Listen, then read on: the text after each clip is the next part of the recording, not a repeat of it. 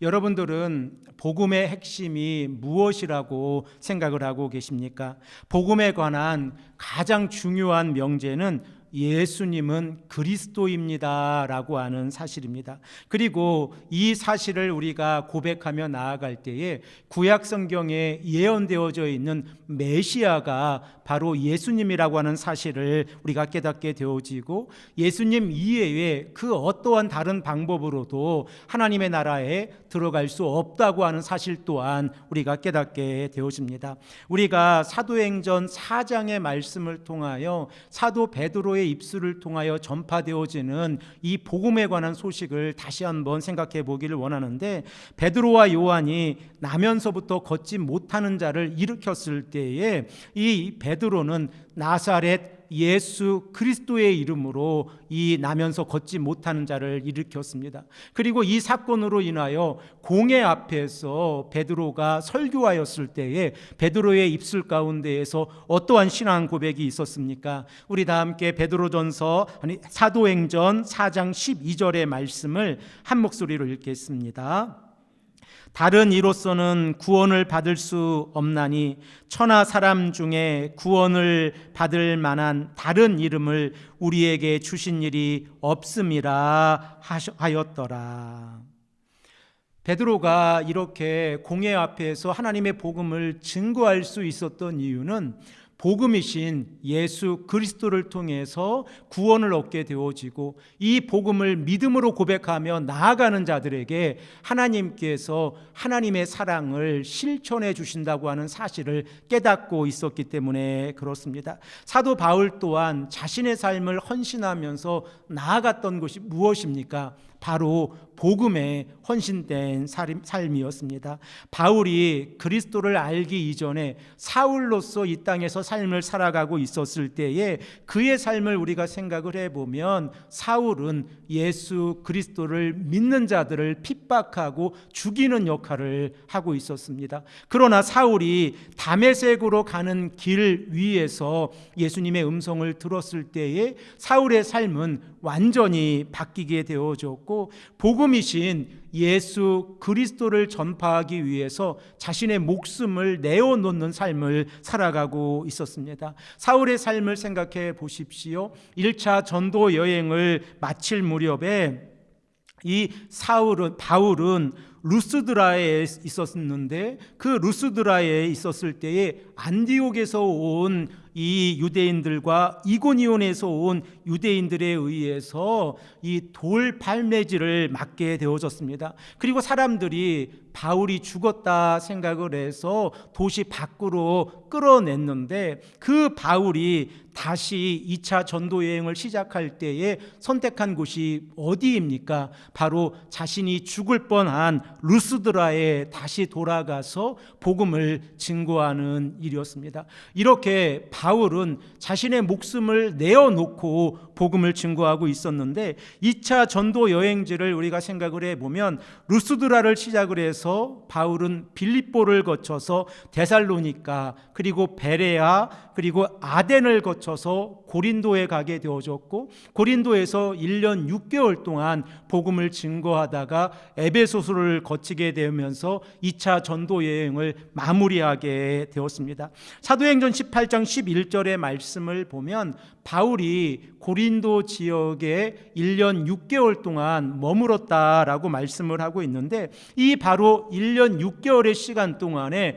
바울이 행한 일은 하나님의 말씀을 증거하는 일이었습니다. 사도행전 18장 5절의 말씀을 보면 바울은 고린도 지역에서 예수는 그리스도다라고 하는 이 사실을 증거하고 있었고, 그리고 또한 11절의 말씀을 보면 바울이 1년 6개월 동안 이 고린도 지역에 머물고 있으면서 하나님의 말씀을 전했다라고 기록을 하고 있습니다.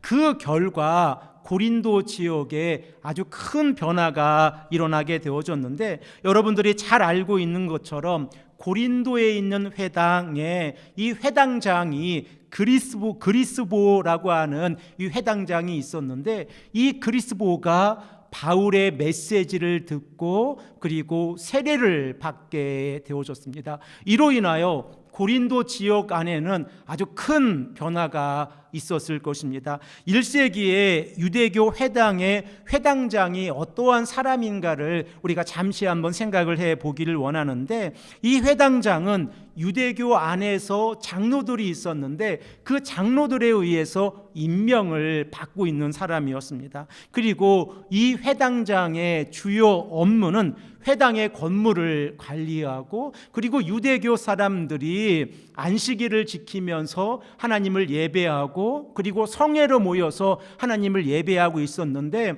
그 회당의 예배를 관리하는 역할이 바로 회당장이었습니다. 이러한 개념 가운데에서 우리가 21세기를 살아가고 있는 우리의 개념으로 이것을 이해하는 것이 아니라 1세기의 개념으로 이 회당장의 이 역할을 생각을 해보면, 회당 안에 율법학자들과 서기관들이 있었다고 하면 그 회당을 대표하는 사람이 회당장이었다는 것을 생각을 해보면, 회당장의 역할은 아주 큰 역할을 하고 있었고, 그리고 회당장은 그 지역 안에서 유대인들에 의해서 존경을 받는 사람 중에서 한 사람을 선택을 해서 회당장으로 뽑았다는 사실 또한 우리가 깨닫게 되었습니다. 그런데 그런 회당장이 바울이 전한 복음을 듣고 이제 유대교회 회당장의 역할을 내려놓고 예수님을 그리스도로 고백하게 된 것입니다.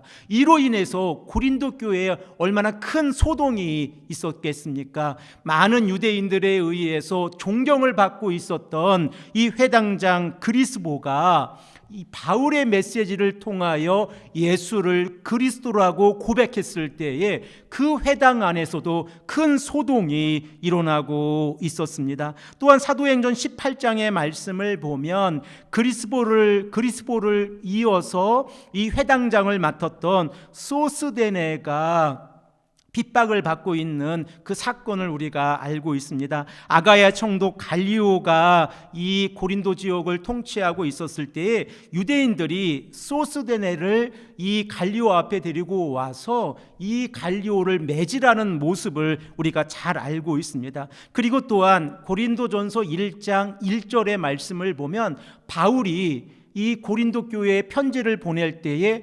소스데네라고 하는 이 이름이 다시 한번 등장한다는 사실을 우리가 알고 있습니다. 많은 학자들은 이 인물이 동일한 인물인지 아니면 이름만 같은 사람인지 많은 논쟁을 하고 있습니다. 그러나 만일 이 소스데네가 동일한 인물이었다고 하면 이 바울이 고린도 교회에 편지를 보냈을 때에 소스데네라고 하는 이름을 언급하면서 고린도 교회에 편지를 보냈다고 하면 그 고린도 교회 안에서 특별히 유대인들에게 복음이신 예수 그리스도를 증거하는데 굉장히 큰 역할을 했을 것입니다. 우리들은 고린도전서 15장의 말씀을 함께 읽어가면서 복음에 관하여 생각을 해보고 있습니다. 그리고 우리가 지난 시간에 생각을 해본 것 같이 고린도전서 15장 2절의 말씀, 내가 전한 그 말을 굳게 지키고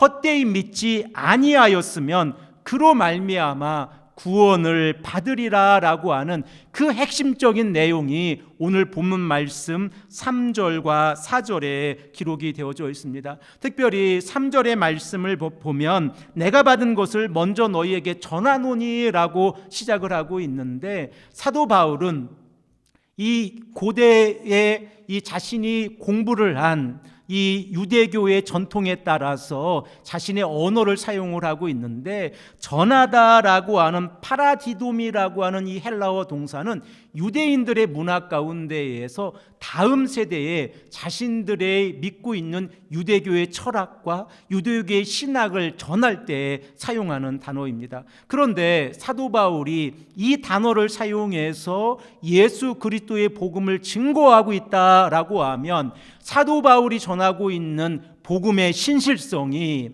이 고린도 교회에 전해졌다고 하는 사실을 우리가 다시 한번 깨닫게 되었습니다. 그러면 바울이 전한 복음은 무엇입니까? 우리 다 함께 고린도전서 15장 3절과 4절의 말씀, 특별히 3절 중반절부터 4절의 말씀을 읽겠습니다. 이는 성경대로 그리스도께서 우리 죄를 위하여 죽으시고 장사 지낸 바 되셨다가 성경대로 사흘 만에 다시 살아나사. 우리가 복음을 언급할 때에 가장 첫 번째 언급해야 하는 것은 성경대로 예수님께서 십자가 위에서 우리의 죄를 위해서 죽으셨다라고 하는 사실입니다. 우리들은 오순절 성령의 사건이 일어났을 때에 사도 베드로가 그 많은 회중들 앞에서 예수님의 죽음에 관하여 언급하고 있었던 이 사건을 잘 알고 있는데, 사도행전 2장 23절의 말씀을 보면 그가 하나님께서 정하신 뜻과 미리 아신 대로 내준 바 되었거늘 너희가 법 없는 자들의 손을 빌려 못 박아 죽였으나 라고 기록을 하고 있는데, 예수님께서 십자가 위에서 죽으신 이 사건이 하나님께서 정하신 뜻이라고 하는 사실을 우리가 깨닫게 되어지면 하나님의 구원 계획 아래에서 예수님의 죽으심에 관하여 우리가 생각을 해볼 수 있고, 이 구원 계획 아래에서 예수님의 죽으심을 우리가 믿음으로 고백하며 나아간다고 하는 것은 복음의 핵심적인 내용을 우리가 이해해가고 그리고 우리가 믿음으로 고백하며 나아가는 것입니다. 당시에 유대인들과 이방인들에게 복음이신 예수 그리스도를 믿는 것이 얼마나 어리석은 일이었고 그리고 꺼리끼는 일이었는지 우리들은 성경을 통하여 잘 알고 있습니다. 유대인들의 입장에서 보면 신명기 21장 23절의 말씀에서 나무에 달린 자마다 저주를 받은 자이다 라고 하는 이 모세의 율법의 근거에서 예수님의 죽음을 해석하고 있었습니다. 그러므로 유대인들에게는 복음으로 오신 예수 그리스도를 믿음으로 고백하는 것은 꺼리끼는 일이었습니다. 왜냐하면 그들이 가지고 있는 해석하는 방법으로는 나무에 달린 자를 예수 그리스도로 고백하고 있었기 때문에 그렇습니다. 또한 이방인들의 입장에서 생각을 해 보십시오. 예수님은 자신의 적제자들에 의해서 십자가에 내어지게 되어졌고 죽임을 당한 자입니다. 그러므로 이방인들의 입장에서도 예수님을 그리스도로 믿는 것은 어리석은 일이었습니다. 그러나 바울은 하나님의 구원 계획 아래에서 복음이신 예수 그리스도를 증거하면서 복음은 오직 십자가의 사건을 통하여 시작되어진다고 하는 사실을 강조하고 있습니다. 우리 또한 복음이신 예수 그리스도를 믿음으로 고백하고 있고 복음이신 예수 그리스도를 통하여 속량 곧 죄 용서함을 받았다고 하는 사실을 에베소서 1장 7절의 말씀을 통하여 잘 알고 있습니다. 우리 다 함께 이 말씀을 한 목소리로 읽겠습니다. 우리는 그리스도 안에서 그의 은혜의 풍성함을 따라 그의 피로 말미암아 속량 곧 죄사함을 받았느니라.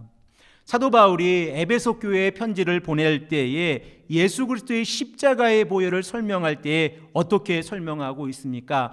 그리스도 안에서 하나님의 은혜의 풍성함을 따라 예수 그리스도의 피를 통하여 속량 곧 죄 용서함을 받았다라고 말씀을 하고 있습니다. 그리고 우리가 이 사실을 믿음으로 고백하며 나아갈 때에 복음으로 오신 예수 그리스도가 이 땅에 오셔서 우리의 죄를 용서해 주셨다고 하는 사실을 다시 한번 깨닫게 되어집니다. 복음의 두 번째 단계는 무엇입니까? 바로 예수님께서 죽으시고 부활하셨다라고 하는 이 사실입니다. 우리 다 함께 오늘 본문 말씀 4절의 말씀을 한 목소리로 읽겠습니다. 장사 지낸 바 되셨다가 성경대로 사흘 만에 다시 살아나사.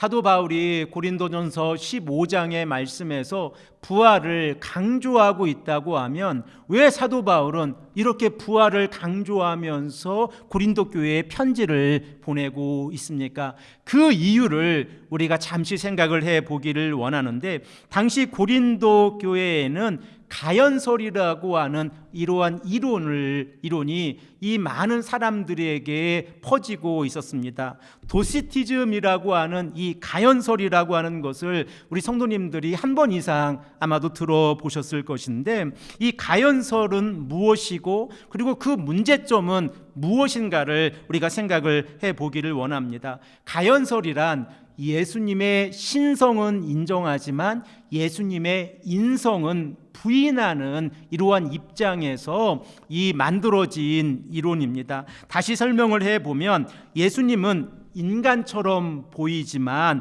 몸이 전혀 없는 환상이나 환영일 뿐이다 라고 생각을 하거나, 또는 예수님은 천상의 몸을 가지고 있었기에 자연적인 인간의 몸은 가지고 있지 않았기 때문에 사람들이 천상의 몸을 가지고 있는 예수님을 그저 인간의 몸을 가지고 있는 사람으로 보고 있었다라고 생각을 하고 있었습니다. 그 결과 가연설이 이 고린도 교회에 퍼지고 있었을 때에 어떠한 결과가 나타났겠습니까? 예수님의 죽으심을 부인하고 부활의 사건을 부인하는 결과가 나타나기 시작을 했습니다. 가연설을 주장하는 자들은 예수님이 실제 인간의 몸을 가지고 있지 않았기 때문에 실제로 죽지 아니했다라고 생각을 하고 있었습니다. 이러한 생각은 1세기의 영주주의라고 하는 영적인 것을 중요하게 생각하는 이러한 이론과 굉장히 밀접한 관련을 가지고 있었는데,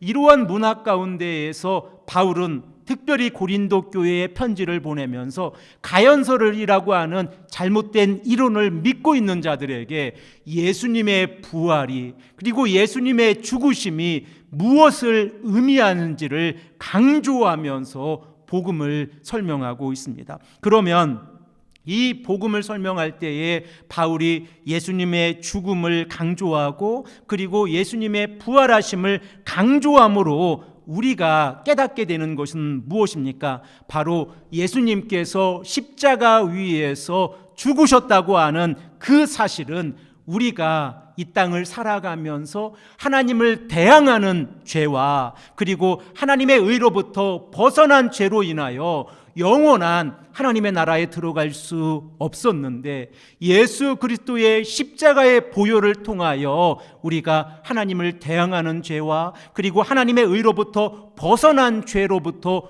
용서함을 받아서 하나님의 나라에 들어가게 되어졌다고 하는 사실입니다. 그 결과가 어떻게 되었습니까? 결과적으로 하나님과 인간 사이에 죄라고 하는 이 문제에 의해서 화목, 샬롬이라고 하는 것이 깨져 있었는데, 예수님께서 십자가 위에서 죽으심으로 인하여 하나님과 인간의 화목이 회복되어졌다고 하는 사실입니다. 이 사실을 믿음으로 고백하며 나아갈 때에 바울은 예수 그리스도께서 3일 만에 다시 살아나신 이 부활의 사건을 통하여 우리가 의롭게 되어지고 구원을 받았다라고 로마서 5장 10절에 말씀하고 있습니다. 우리 다 함께 이 말씀을 한 목소리로 읽겠습니다. 곧 우리가 원수 되었을 때에 그의 아들의 죽으심으로 말미암아 하나님과 화목하게 되었은즉 화목하게 된 자로는 더욱 그의 살아나심으로 말미암아 구원을 받을 것이니라. 아멘.